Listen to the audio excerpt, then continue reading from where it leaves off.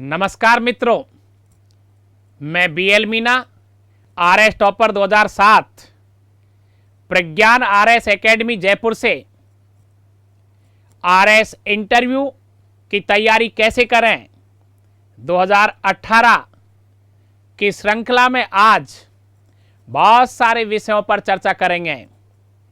लेकिन इससे पहले हम पहले वाले वीडियो पर नजर डालकर देखें। पहले वाले वीडियो में हमने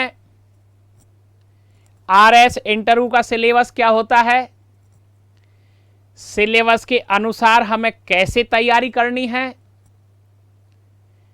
पर्सनालिटी टेस्ट और नॉलेज दोनों के बीच क्या संबंध है और इंटरव्यू के लिए आत्मविश्वास कैसे पैदा किया जाता है, इस पर चर्चा कर ली थी। अब हम प्रशिक्षण कोर्स के लिए 8 भागों का जो आपका प्रशिक्षण शुरू किया गया है, उसमें आज हम आरएस इंटरव्यू तैयारी कैसे करें भाग 1 पर चर्चा करेंगे। तो मित्रों, आपको एक एक विषय पर बहुत छोटी बातों पर ध्यान से यह सीखना है कि जो छोटी बातें हमें लाभदायक होती है वो बड़ी बातें नहीं हो पाती है। इसलिए भाग फर्स्ट में आज हम चर्चा करेंगे कि आरएस का इंटरव्यू देने वाले जो विद्यार्थी हैं उन्हें हम 2 भागों में बांटते हैं। प्रथम ऐसे विद्यार्थी जो पहली बार आरएस का इंटरव्यू दे रहे हैं, दूसरे ऐसे विद्यार्थी जो आरएस का इंटरव्यू पहले देख चुके हैं। जो पहले दे चुके हैं वो आरपीएससी के बारे में जानते हैं। तो सबसे पहले हम आज पहली बार इंटरव्यू देने वाले विद्यार्थियों के मन में हमेशा जो इंटरव्यू का दृश्य सामने आता रहता है और मन में अनेक प्रश्न चलते रहते हैं, एक अज्ञात भय मन को विचलित करता है, उस पर चर्चा करेंगे। कैसे पहली बार इंटरव्यू देने वाले विद्यार्थी के मन में क्या आता है, इंटरव्यू कैसे होगा, अच्छे नंबर मिलेंगे या नहीं मिलेंगे, कपड़े किस प्रकार के पहनने हैं, टाई लगानी है या नहीं लगानी, कोट पहनना है या सफारी सूट पहनना है, लड़कियां सलवार सूट या साड़ी या फिर पैंट शर्ट पर असमंजस में रहती है, इन पर डिस्कस करेंगे। बोर्ड मेंबर्स जिस कमरे में बैठकर इंटरव्यू लेते हैं वो कमरा कैसा होता होगा, इंटरव्यू कक्ष के अंदर कैसे जाना है, अभिवादन कैसे करना है, हिंदी में बोलना है या अंग्रेजी में बोलना है। जैसे ही अभिवादन के लिए अंदर गए, कुर्सी पर बैठते समय क्या ध्यान रखना है, मेरा इंटरव्यू बोर्ड कौन सा होगा, एक्सपर्ट किस प्रकार के होंगे, मेरे साथ कैसा व्यवहार करेंगे,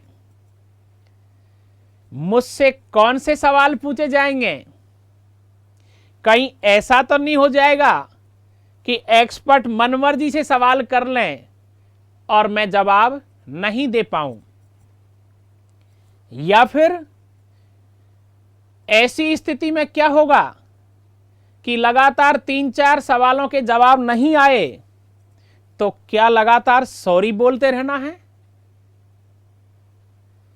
या फिर करंट जीके का जो बहुत विशाल सिलेबस होता है, क्या राजस्थान से पूछेंगे या भारत से पूछेंगे या फिर विश्व से पूछेंगे। बहुत सारे सवाल जो मन में आते हैं। तो प्रिय विद्यार्थियों, आपके मन के सभी सवालों को मेरे प्रशिक्षण कोर्स में बहुत बारीकी से समझाया गया है। मैंने आरपीएससी में अनेक पदों पर इंटरव्यू दिए हैं और सभी इंटरव्यूज में बहुत अच्छे अंक प्राप्त करके सफलता प्राप्त की है। कोच वही बन सकता है जो अच्छा प्लेयर होता है। कोच वही बन सकता है जो अच्छा प्लेयर होता है। मैं पिछले 25 वर्षों से अब तक हजारों विद्यार्थियों को ट्रेनिंग दे चुका हूं। 25 वर्षों की निरंतर मेहनत, अनुभव और तजुर्बे के बाद एक शानदार प्रशिक्षण कोर्स तैयार किया गया है। मेरे प्रशिक्षण प्राप्त विद्यार्थी हमेशा इंटरव्यू में 75 से ज्यादा अंक प्राप्त करते हैं। तो आइए करते हैं इंटरव्यू की तैयारी 2018 के विद्यार्थियों के लिए। ध्यान दीजिए, हमारे प्रशिक्षण कोर्स में 8 भाग होंगे। ये प्रथम भाग में हम डिस्कस कर रहे हैं मेंस एग्जाम की तरह इंटरव्यू में लिखित सिलेबस तो नहीं होता है मित्रों, परंतु इंटरव्यू में जो सवाल जवाब होते हैं वो प्रतियोगी के इर्द गिर्द ही घूमते हैं। इसलिए अब इंटरव्यू की तैयारी में मेंस की तरह, मेंस एग्जाम की तरह लिखित में हमें 8 रजिस्टर तैयार करने हैं। इंटरव्यू में पूछे जाने वाले संभावित सभी सवालों को हम लिखित में अभ्यास करेंगे। तो आइए हम 8 रजिस्टरों को एक एक करके विस्तार से कैसे तैयार करेंगे, हर रजिस्टर में क्या क्या सिलेबस हमको लेना है, तो चर्चा करते हैं प्रथम रजिस्टर पर। पहला रजिस्टर जो हमारा होगा उसमें सबसे पहले हमें जानकारी करनी है आरपीएससी की। आरपीएससी की जानकारी के बाद हम पूरा ध्यान देंगे फिटनेस पर, क्योंकि तन यदि अच्छा है तो मन अच्छा होता है, और जब मन अच्छा होता है तो हमारे विचार अच्छे हो जाते हैं। आरपीएससी की जानकारी के बाद फिटनेस पर चर्चा होगी, और फिटनेस के बाद में हमारी ड्रेस, जो हमारे इंटरव्यू का बहुत महत्वपूर्ण भाग है, कपड़ों पर चर्चा करेंगे। और कपड़ों के बाद जो संभावित सवाल बनते हैं, वो सवाल जो इंटरव्यू में पूछे जाते हैं, पूछे जाते रहे हैं, पूछे जाते रहेंगे, उन पर हम एक रजिस्टर पूरा तैयार करेंगे।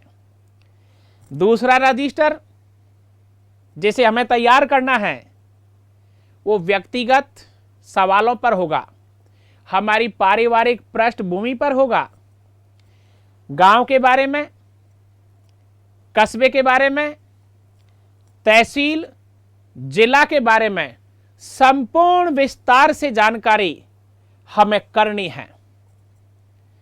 तीसरा जो रजिस्टर हमको तैयार करना है उसमें हमारा एजुकेशन रिकॉर्ड, शैक्षणिक रिकॉर्ड हमारा प्रारंभ से लेकर प्राथमिक, माध्यमिक, उच्च माध्यमिक, बीए या BSc, BCom, MA, MCom, MSc या फिर दूसरी डिग्रियां एमबीबीएस, आईआईटी, बहुत सारी डिग्री जिस विद्यार्थी ने की है, उनके सवाल जवाब को हम विस्तार से तीसरे रजिस्टर में तैयार करेंगे। चौथा रजिस्टर जो हमें तैयार करना है, जो बहुत महत्वपूर्ण है, वो होगा मित्रों राजस्थान के ऊपर। राजस्थान का संपूर्ण इतिहास, भूगोल, अर्थव्यवस्था, सामाजिक व धार्मिक जीवन, कला और संस्कृति और राजस्थान की राज्य व्यवस्था। पांचवा रजिस्टर जो हमें तैयार करना है वो आरएस मेंस के जितने भी विषय हैं, उन विषयों में से कुछ विषय ऐसे हैं जिन पर इंटरव्यू में सवाल होते रहे हैं। खेल पर, योग पर, प्रबंध पर, नीति शास्त्र पर, व्यवहार और विधि पर। ये विशेष ऐसे विषय हैं जिन पर इंटरव्यू देने वाले विद्यार्थी से सवाल होते हैं। अब पहुंचते हैं हम छठे रजिस्टर पर। छठा रजिस्टर हमारा वो होगा जो विद्यार्थी सरकारी नौकरी और गैर सरकारी नौकरियां कर रहे हैं, अपने विभाग की संपूर्ण जानकारी हमें इस रजिस्टर में लिखित में तैयार करनी है, क्योंकि जॉब करने वाले विद्यार्थियों से सवाल होते हैं। तो चलते हैं हम सातवें रजिस्टर की ओर। और ये सातवां रजिस्टर जो हमारा है, ये होगा समसामयिक विषयों पर आधारित, जिसमें राष्ट्रीय, अंतर्राष्ट्रीय घटनाएं हमें उसी तरीके से तैयार करनी है जैसे आईएएस की एग्जाम में हमारा निबंध का पेपर होता है, या फिर इससे पहले जो पैटर्न था, ग्रुप डिस्कस होता था। उस ग्रुप डिस्कस में हम समस्त विश्व की समसामयिक घटनाओं पर तैयार होकर जाते थे। और अब हम चलते हैं मित्रों आठवें रजिस्टर पर। और ये आठवां रजिस्टर हमारा प्रशासनिक सवालों से संबंधित होगा। एसडीएम क्या होता है, एसडीओ क्या है, एसीएम क्या होता है, बीडीओ, आरटीएस आदि के काम क्या क्या हैं। और लास्ट में जब हमारे सवाल होते हैं प्रशासन से संबंधित, आप आरएस क्यों बनना चाहते हो, एक प्रशासनिक अधिकारी में क्या क्या गुण होते हैं, प्रशासनिक अधिकारी क्या क्या करता है, आदि आदि आदि। तो इस प्रकार 8 रजिस्टर हमें लिखित में जब तैयार कर लेंगे तो आप ये मान के चलें कि हमारा इंटरव्यू में होने वाले सवाल और जवाब रजिस्टरों में ही होंगे। तो चलते हैं पॉइंट 1 आरपीएससी की जानकारी करने। अब आरपीएससी की जानकारी करने कैसे चलें, दोबारा ध्यान से सुनेंगे। वो विद्यार्थी जो पहली बार आरएस इंटरव्यू की तैयारी कर रहे हैं, पहली बार इंटरव्यू दे रहे हैं, उन्हें एक भय सताता है, आरपीएससी कैसी होगी, बिल्डिंग कैसी होती है, कमरे कैसे होते हैं, इंटरव्यू कैसे होता है। तो देखिए, ये अज्ञात भय नहीं सताए, हम भय मुक्त होकर तैयारी कर सकें, इसलिए नंबर 1 क्या करना है हमें, सबसे पहले प्रत्येक प्रतियोगी को अजमेर शहर की जानकारी करनी है। आरपीएससी कहां है, वहां कैसे पहुंचते हैं, बिल्डिंग किस प्रकार से है, बिल्डिंग का मेन गेट कहां है, पार्किंग किधर है, कैंटीन किधर है, और मेन बिल्डिंग के आने जाने वाला जो रास्ता है, सब कुछ जानकारी होनी चाहिए। आरपीएससी में पुस्तकालय किधर है, बाथरूम किधर है, बाथरूम के अलावा चेयरमैन, बोर्ड मेंबर किधर किधर बैठते हैं, इंटरव्यू कक्ष किधर किधर हैं, और जिस दिन हम इंटरव्यू देने जाएंगे हमारे जो मूल दस्तावेज डॉक्यूमेंट्स जो जमा होते हैं, जिनकी जांच होती है, हमारे दस्तावेजों की जांच इंटरव्यू कक्ष अलग होगा और दस्तावेजों की जहां जांच होती है वो कक्ष अलग होगा। तो प्रिय विद्यार्थियों, आपके मन में किसी भी प्रकार का अज्ञात भय नहीं रहे, संकोच नहीं रहे, इसलिए हमें क्या करना है, इंटरव्यू डेट से पहले ही आरपीएससी की जानकारी करनी है। अजमेर जाना है। अब ये मैं क्यों आपको ऐसा बता रहा हूं, चलिए मैं आपको उदाहरण देता हूं। एक पहली बार जब एक लड़का ससुराल जाने पर संकोच करता है, पहली बार जब ससुराल जाता है तो उसके मन में एक संकोच रहता है। लड़की देखने जब जाते हैं, होने वाली पत्नी से कैसे बात करेंगे, सास कैसी होगी, ससुर कैसा होगा, साली कैसी होगी, साड़ा हेली कैसी होगी, इन सब से बात कैसे करेंगे, घर कैसा होगा। अब जैसे ही हम ससुराल गए, वार्तालाप हुई, और एक दो बार जैसे ही वार्तालाप शुरू हुई तो हमें वहां की सब जानकारी हो जाती है और एक मन में जो संकोच होता है वो दूर हो जाता है। चलिए एक उदाहरण और लेते हैं। राजस्थान का कोई विद्यार्थी यदि कलकत्ता रेलवे का जब इंटरव्यू देने जाता है और कलकत्ता एक अनजान शहर है, तो विद्यार्थी के मन में एक भय सताता है, संकोच रहता है। कैसे जाएंगे, कहाँ रुकेंगे, जहां इंटरव्यू होना है बिल्डिंग कैसी होगी, इंटरव्यू लेने वाले अधिकारी कैसे होंगे। तो ये जो मन का भ्रम है, ये जो मन का भय और संकोच बनता है, ये हमें बहुत तकलीफ देता है। तो क्यों नहीं हम इस भय को दूर करें, संकोच को दूर करें। वो कैसे? तो सबसे पहले इंटरव्यू देने वाले विद्यार्थी अजमेर जाएंगे, अजमेर जाना चाहिए। वहां पर आरपीएससी का जो दृश्य है, बिल्डिंग को आराम से देखें, चीजों को समझें, कैसे इंटरव्यू होता है, कैसे अंदर जाते हैं, क्या क्या होता है। तो हमें ये सब करना पड़ता है। और मेरे प्रशिक्षण प्राप्त विद्यार्थियों को तो मैं इंटरव्यू डेट से पहले 15 दिन पहले या 20 दिन पहले अजमेर भेजता हूं, और जब वो वहां से आते हैं वापस, फिर हम तैयारी करते हैं साथ साथ, तो उनके दिमाग में एक बहुत शानदार तस्वीर रहती है कि आरपीएससी इस प्रकार से है, इंटरव्यू कक्ष इस प्रकार से है, हमें इस प्रकार से जाना है। अब उन्हें किसी प्रकार का कोई अज्ञात भय और संकोच नहीं सताता।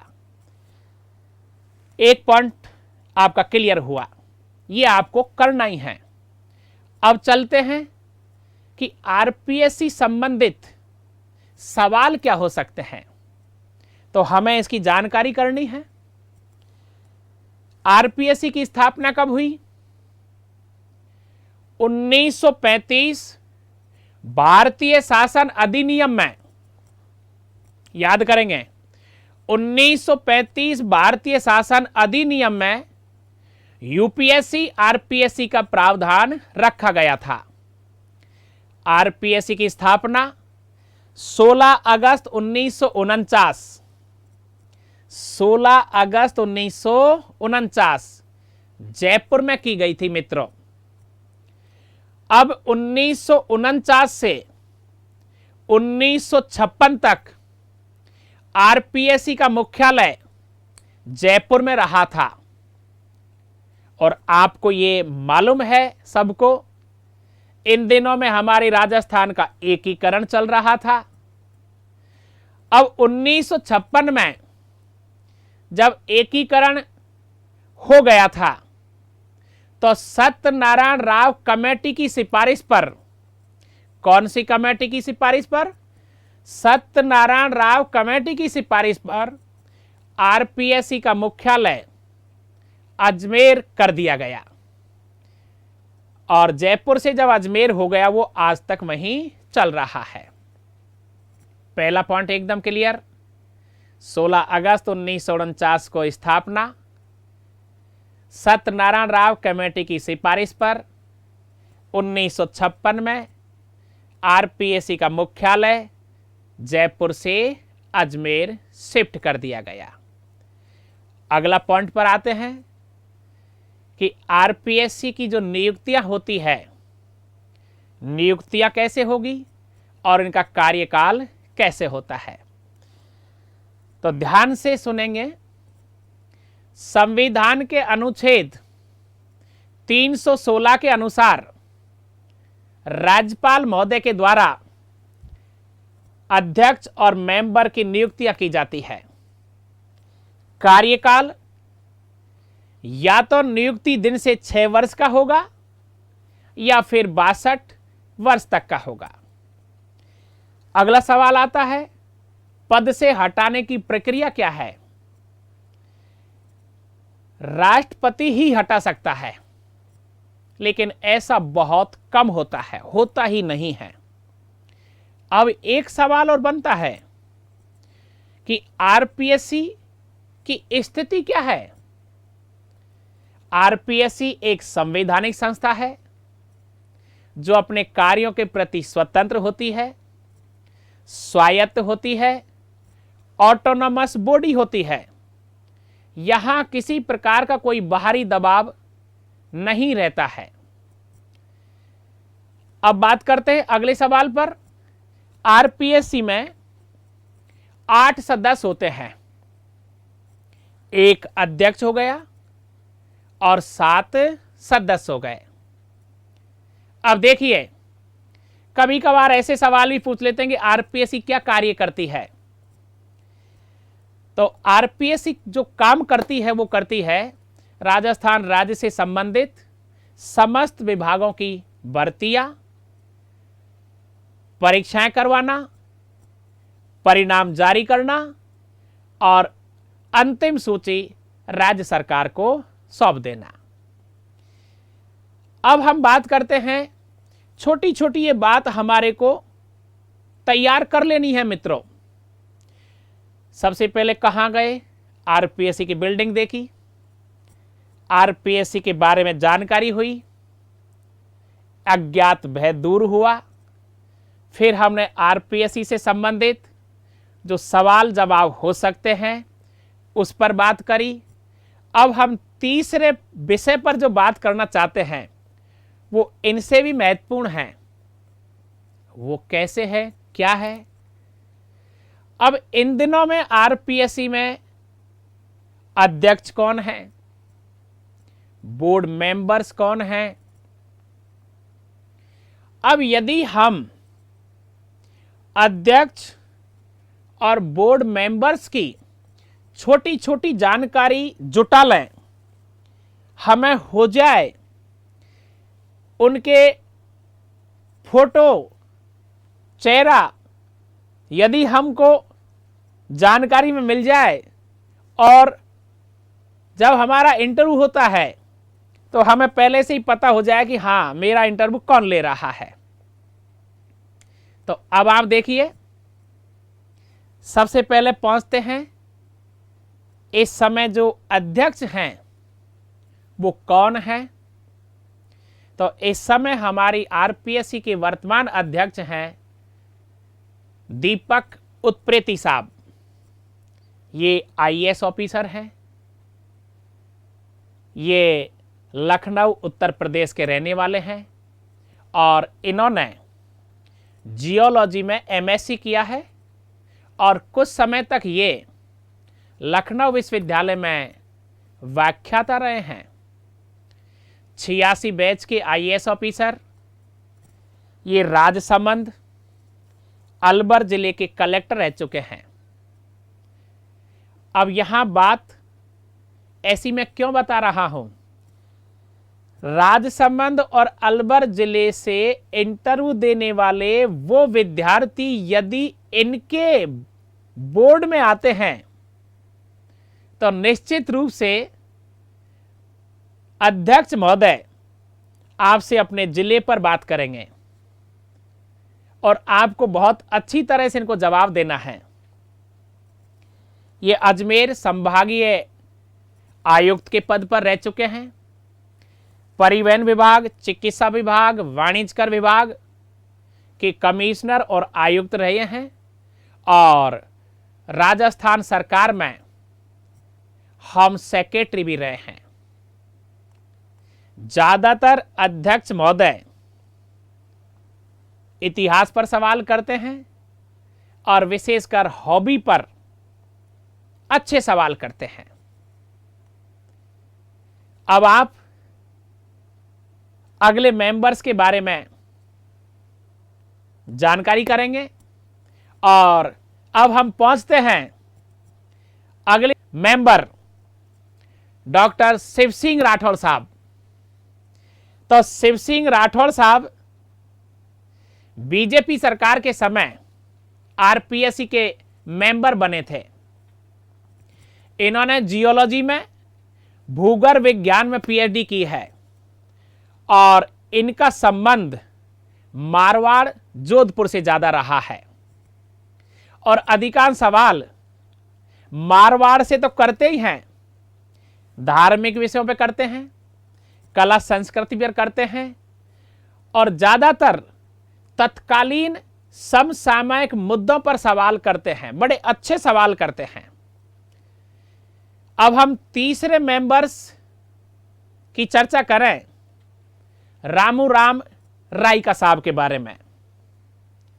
रामू राम राइका साहब नागौर के रहने वाले हैं और सरकारी कॉलेज में ये अर्थशास्त्र विषय के व्याख्याता रहे हैं।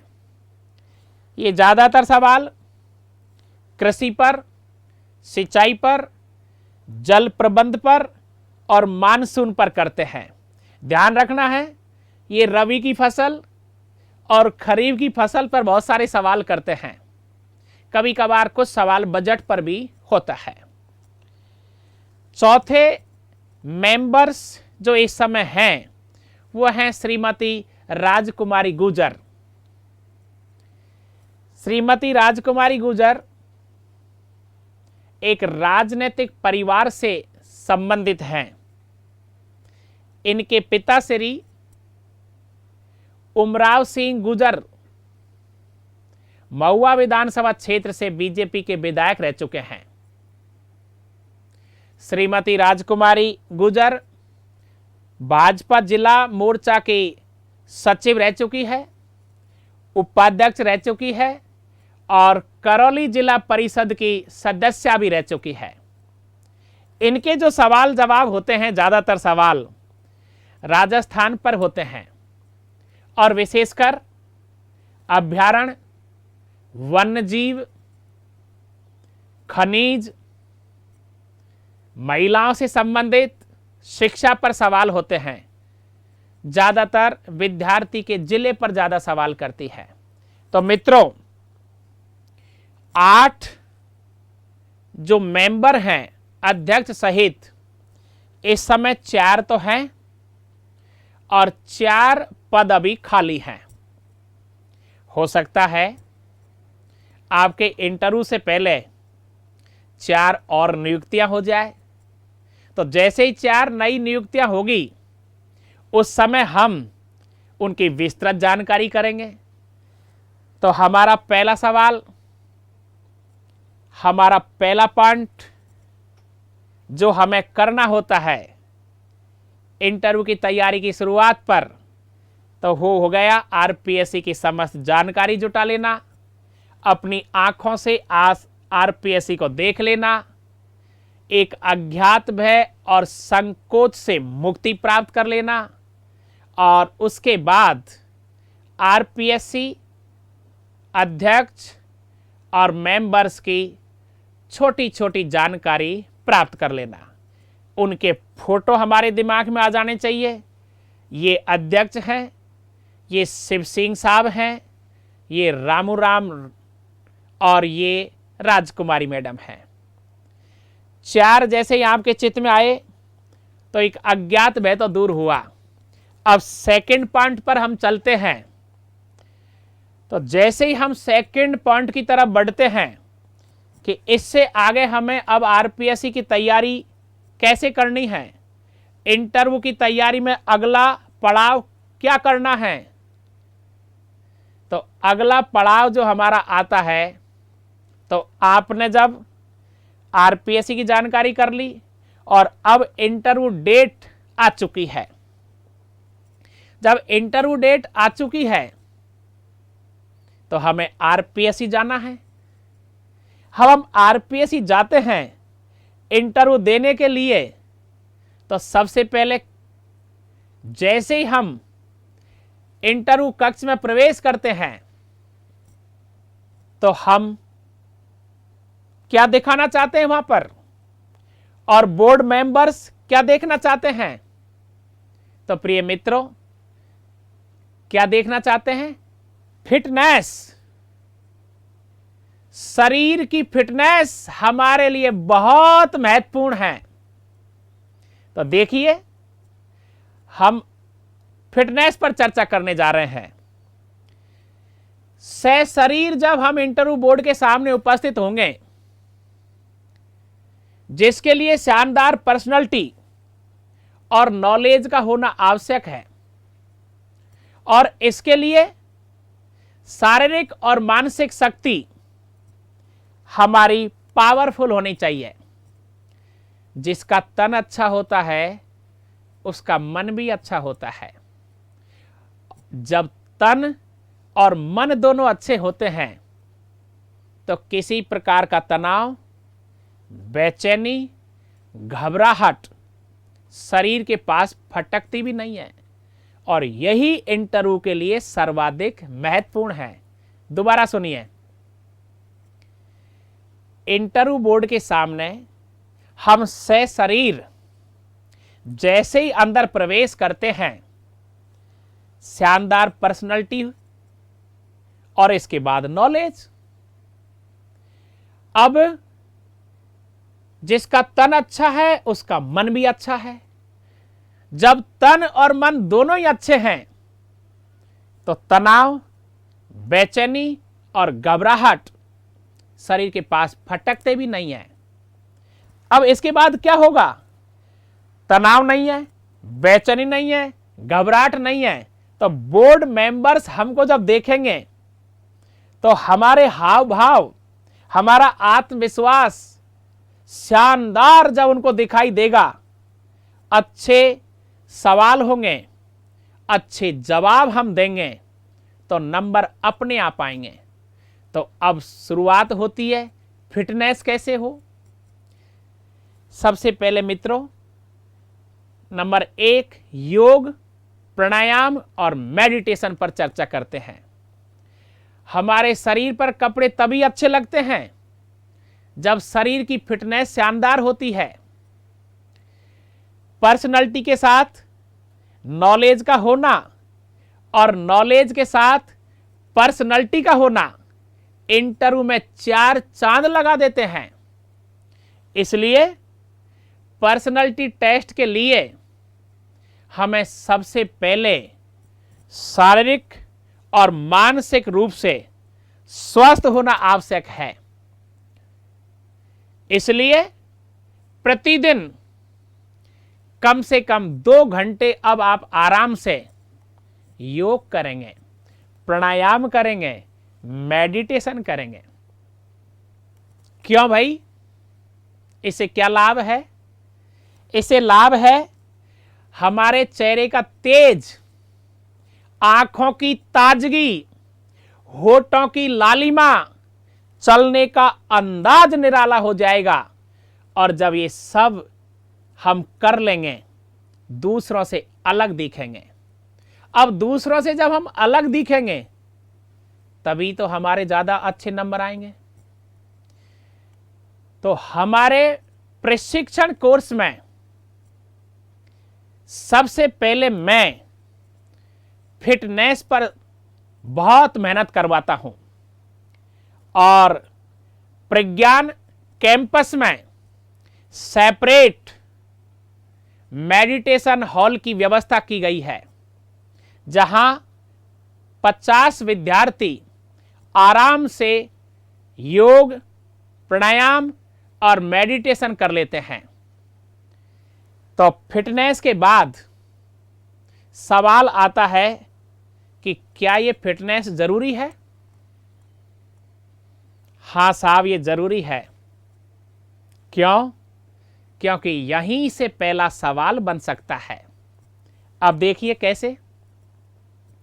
जैसे ही हम इंटरव्यू कक्ष में प्रवेश करते हैं और जैसे ही हमने वहां प्रवेश किया, अभिवादन किया, नमस्कार किया, तो हमारे ऊपर चेयरमैन, बोर्ड मेंबर्स की नजर पड़ती है। यदि हम फिटनेस में अच्छे हैं, कपड़े शानदार हैं, तो अनायास बहुत बार चेयरमैन साहब बोल देते हैं, आप बड़े फिट लग रहे हो। इसके लिए क्या क्या करते हो? क्या योग करते हो, या मेडिटेशन करते हो, या वॉक करते हो? प्रिय मित्रों, ये पहला सवाल जैसे ही हमको सुनाई देता है, तो आप गौरवान्वित महसूस करो कि आपने तैयारी की थी और उसी पर सवाल आ गया। कितना अच्छा लगेगा जवाब देते समय। तो फिटनेस के बाद अब हम दूसरी बात करते हैं, हमारी ड्रेस, हमारे कपड़ों के ऊपर। तो देखिए, फिटनेस यदि सही है तो कपड़े अपने आप स्वतः ही अच्छे लगते हैं। तो इस पर बहुत सारे विद्यार्थी मुझसे चर्चा करते हैं कि सर कपड़े किस कलर के हो, किस प्रकार के हो। तो आप यहां विशेष ध्यान देवें कि हमारे जो कपड़े हैं ये हमारा दर्पण है, जो बिना बोले विचारों की गंभीरता को, सौंदर्य बोध को दर्शाते हैं। तो हमें इसके लिए क्या करना है? हमें इसके लिए कम से कम 2-3 ड्रेस सिलवानी है, जिससे मन में कोई असहजता नहीं रहे। क्यों? जब हम दोस्तों के साथ मॉक इंटरव्यू की तैयारी करते हैं, उस समय भी हमारी ड्रेस अच्छी होनी चाहिए, दूसरों से अच्छी ही लगनी चाहिए। किसी दूसरे विद्यार्थी की ड्रेस यदि हमसे अच्छी है तो हमारा आत्मविश्वास कमजोर हो जाता है। इसलिए आत्मविश्वास हमेशा मजबूत बना रहे, इसीलिए मित्रों, मैं मेरे स्टूडेंट्स को अलग अलग 3-4 प्रकार की ड्रेस सिलवाने का विचार देता हूं कि जो कपड़े आप अलग अलग कलर में सिलाएंगे वो पहनेंगे तो आप ही। ये निश्चित है कि आप यदि ये सोच के बैठे हैं कि आपको अच्छे नंबर लाने हैं, तो आपका सिलेक्शन भी तो होगा, आप आरएस भी तो बनोगे। तो आरएस बनने के लिए हमें क्या चाहिएगा? शानदार ड्रेस चाहिए। अब सवाल आता है, जैसे फिटनेस पर यदि सवाल होता है, उसी तरह ड्रेस पर भी सवाल हो जाता है। तो पहुंचिए आप इंटरव्यू कक्ष में। जैसे ही अभिवादन किया, हमारे ऊपर चेयरपर्सन और बोर्ड मेंबर्स की नजर पड़ी।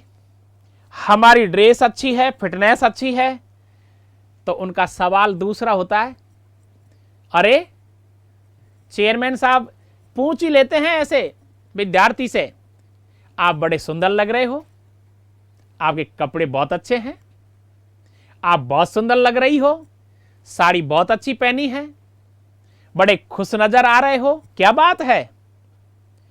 अब यदि हम फिटनेस में भी ठीक ठाक नहीं है और कपड़े भी हमारे ठीक ठाक नहीं हैं, तो अनेकों बार इस तरह के सवाल भी हो जाते हैं, क्या बात है, बड़े ढीले ढाले लग रहे हो, क्या घबराहट हो रही है, लो पानी पी लीजिए, लीजिए पानी पी लीजिए, आप कहीं बीमार तो नहीं है, उदास दिखाई दे रहे हो। अब ये इस तरह के सवाल यदि हो जाते हैं तो हमारा आत्मविश्वास शुरू शुरू में ही कमजोर पड़ जाता है।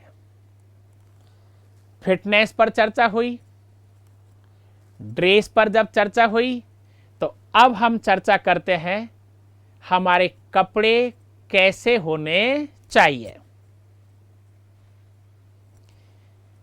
तो कपड़ों पर हम पहुंचते हैं विद्यार्थी के लिए लड़के के कपड़े। तो सबसे पहले हम लेते हैं पैंट। पैंट का कलर हल्का ब्लैक या हल्का ब्लू सबसे बढ़िया होता है। मोहर्री 14 या 15 से ज्यादा नहीं होनी चाहिए। आपको विशेष ध्यान रखना है इस बात का। अधिकारियों की पैंट की मोहर्री ज्यादा नहीं होती है। ध्यान रहे, पैंट ज्यादा टाइट भी नहीं हो तो बहुत ज्यादा ढीला भी नहीं हो।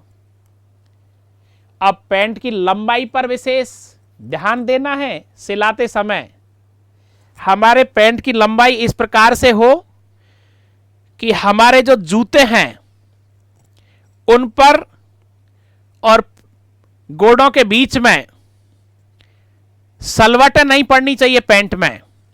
इसलिए सिलाते समय लंबाई का विशेष ध्यान रखेंगे। पैंट की जेब में पर्स नहीं होना चाहिए और बहुत ज्यादा मोटा रुमाल नहीं होना चाहिए। पैंट के बाद चर्चा करते हैं शर्ट की, जो हमारे लिए महत्वपूर्ण बात है। हल्की सफेद या फिर आसमानी, हो सके छोटे छोटे चेक्स में हो तो ठीक होती है, लेकिन शर्ट में सर्वाधिक महत्वपूर्ण बात है सिलाई की। तो शर्ट की जो कॉलर है वो ठीक ठाक होनी चाहिए। कभी कभार हमारा जो दर्जी होता है वो शर्ट की कॉलर इस तरह से बना देता है जो चिपक जाती है, इसलिए कॉलर उठी हुई होनी चाहिए, नंबर 1। नंबर 2, शर्ट के जो बटन हैं, ज्यादातर दर्जी 5 बटन लगाता है, लेकिन आप इंटरव्यू देने वाली शर्ट में जिसे आप पहन करके जाओगे उसमें 7 बटन लगवाने हैं। अब वो ऐसा क्यों? ध्यान रहे, कॉलर जो हमारी है, कॉलर से पहला जो बटन लगता है वो 1.5 इंची पर होना चाहिए। अब 1.5 इंची पर क्यों?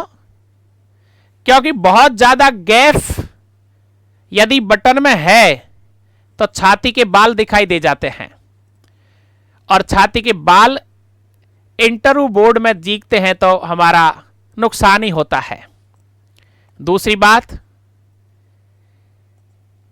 शर्ट की जो जेब है वो बहुत बड़ी नहीं होनी चाहिए, बहुत छोटी भी नहीं तो बहुत बड़ी भी नहीं। हाँ, ये ध्यान रखना है, इंटरव्यू देते समय शर्ट की जेब में पेन हो तो ठीक है। अब हम बात करते हैं बेल्ट की। ब्लैक शानदार वाला बेल्ट होना चाहिए। बेल्ट में सर्वाधिक महत्वपूर्ण बात है हमारा बकल। बेल्ट का जो बकल है छोटा हो, बहुत ज्यादा भारी भरकम नहीं हो, बहुत ज्यादा ढीला ढाला नहीं हो, एकदम टाइट सिस्टमेटिक, जिससे सुंदरता दिखाई दे। बेल्ट में बहुत ज्यादा छेद नहीं होने चाहिए। जब छेद करवाते हैं खरीदने के बाद तो आप इस वक्त ऐसी नाप दें कि बाहर की तरफ छेद दिखाई नहीं दे। जूते जो हैं ये बहुत महत्वपूर्ण है। अब जूते इस प्रकार से हो, पीछे से जिनकी एड़ी मोटी हो। ज्यादातर लिबर्टी या बाटा के जूते जो होते हैं वो चलने में आवाज भी नहीं करते। जैसे मैं आपको बता ही देता हूं, यह जूता है। अब इस जूते की विशेषता है कि पीछे से इसकी एड़ियां बहुत मोटी है, और जब एड़ियां मोटी है तो यह हमें कॉन्फिडेंस देते हैं। इसलिए ज्यादातर लिबर्टी या बाटा के जूते। मोजे वही पहने जो मैच खाते हो, भद्दे कलर के मोजे मत लेना। टाई पर बहुत ज्यादा बात होती है। यदि आप पहनते हैं तो ठीक है, अन्यथा किसी की होड़ नहीं करनी है। टाई से कोई फर्क नहीं पड़ने वाला है। कोट और सूट की बहुत सारे विद्यार्थी जब मुझसे चर्चा करते हैं तो एक ही जवाब है, मौसम के अनुसार निर्णय लेना है। सर्दी है तो कोट सूट पहनेंगे और सर्दी नहीं है तो नहीं पहनना। सफारी में व्यक्ति सुंदर लगता है, लेकिन सिलाई बहुत अच्छी होनी चाहिए। तो हम लड़कों के ड्रेस कोड के बाद अब हम चर्चा करते हैं फीमेल की, लड़कियों की। तो नंबर 1, साड़ी। साड़ी इंटरव्यू के लिए सबसे अच्छी मानी जाती है, विशेषकर लाइट कलर में हो, प्लेन हो।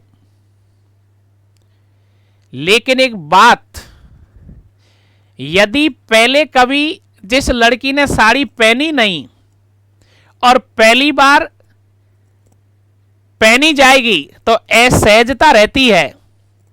इसलिए साड़ी पहनने के बाद यदि इंटरव्यू देने का निर्णय हो गया तो आप अनेकों बार अभ्यास करते रहें। प्रतिदिन मॉक इंटरव्यू देते समय आप साड़ी में ही इंटरव्यू देने का प्रयास करें। बात करते हैं ब्लाउज की। ब्लाउज यदि कॉलर वाला हो तो अच्छा लगता है। ब्लाउज की बाहें कोहनी तक हो, यह अच्छा लगता है। स्लीवलेस ब्लाउज नहीं हो। ब्लाउज की जो लंबाई है वो नाभि तक हो, ध्यान रखने वाली बात है। अब बात करते हैं कुर्ता और सलवार। अब जो लड़कियां साड़ी नहीं पहन सकती वो सलवार सूट पहनेंगी। सलवार सूट कैसा होना चाहिए? नहीं तो ज्यादा टाइट हो और नहीं ज्यादा ढीला हो। अब सलवार सूट में जो कुर्ता है उसकी नाप इस तरह से लेवें जो शरीर पर अच्छा दिखाई दे। कलर कॉम्बिनेशन ऐसा हो जो अपने आप आपको भी अच्छा लगे तो दूसरों को भी अच्छा लगे।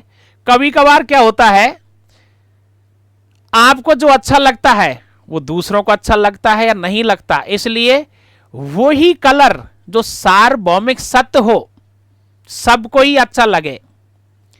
चलिए साड़ी की बात, कुर्ता सलवार सूट की बात। अब आते हैं साहब आभूषण पर। आभूषण ज्यादा नहीं होने चाहिए। कानों के जो कुंडल हैं वो छोटे हो, बिंदिया बहुत बड़ी नहीं हो, गले की जो माला है, मंगल सूत्र है, बहुत भारी भरकम ना हो, हाथों की उंगलियों में जो रिंग है बहुत ज्यादा डिजाइनदार नहीं हो। ये विशेष बात ध्यान रखनी है। काजल की बात करें तो काजल कम मात्रा में हो, नील पॉलिश बहुत हल्के रंग में हो, बहुत ज्यादा नहीं हो। परफ्यूम पर बात करते हैं तो आप परफ्यूम नहीं लगाएं तो ज्यादा ठीक है। बहुत ज्यादा परफ्यूम लगाने से हमको हानि हो सकती है। जो महिलाएं शादीशुदा है वो सिंदूर बहुत ज्यादा नहीं भरें, कम मात्रा में सिंदूर का प्रयोग करें। लिपस्टिक बहुत हल्के कलर में होना चाहिए। अब हम बात करते हैं घड़ी की। बहुत बारीकी से समझना। घड़ी सोबर हो, छोटी हो, फीते वाली हो। जो मैं समझा रहा हूं उस पर ध्यान देना। घड़ी के बारे में, घड़ी में अचानक सेल खत्म हो जाते हैं। ऐसी घटनाएं हमारे मित्रों के साथ हुई है। घड़ी में अचानक सेल खत्म हो जाते हैं। जैसे ही हम इंटरव्यू देने जाते हैं या डॉक्यूमेंट चेक करते हैं, हमें ध्यान नहीं रहता। अचानक बंद होने पर अब बोर्ड मेंबर्स की नजर हमारी घड़ी पर पड़ गई और वो बंद है तो नेगेटिव प्रभाव पड़ता है। इसलिए सेल चेक कर लेने चाहिए। हां, एक बात विशेष ध्यान देने की है। इंटरव्यू में बहुत बार हम घड़ी देखने लग जाते हैं बीच में ही। कभी कभी क्या होता है कि बोर्ड मेंबर्स आपस में चर्चा करने लग जाते हैं, आपस में एक्सपर्ट के साथ डिस्कस हो जाता है। हमारी नजर दीवार घड़ी की तरफ चली जाती है या फिर हमारी खुद की घड़ी की तरफ चली जाती है। ऐसा कदापि ना करें। ये छोटी छोटी बात हमें सर्वाधिक अंक दिलाने में सहयोगी होती है। तो प्रिय विद्यार्थियों, आरपीएससी की जानकारी, इंटरव्यू से पहले आरपीएससी में जाकर पूरी बिल्डिंग को देख लेना। किसी भी प्रकार का अज्ञात वह नहीं हो, इस पर हमने चर्चा की। इसके बाद हमने दूसरी चर्चा, पहले सवाल कौन सा हो सकता है इंटरव्यू में, फिटनेस पर चर्चा की। दूसरा सवाल कौन हो सकता है, दूसरा सवाल कैसा हो सकता है इंटरव्यू में, ड्रेस पर चर्चा की। और तीसरा सवाल हमारा जो होता है अभिवादन पर, कुर्सी पर बैठने पर, नाम पर, गांव पर, तहसील और जिलों पर, शैक्षणिक रिकॉर्ड पर, इनकी विस्तार से जानकारी अगले भाग में लेंगे।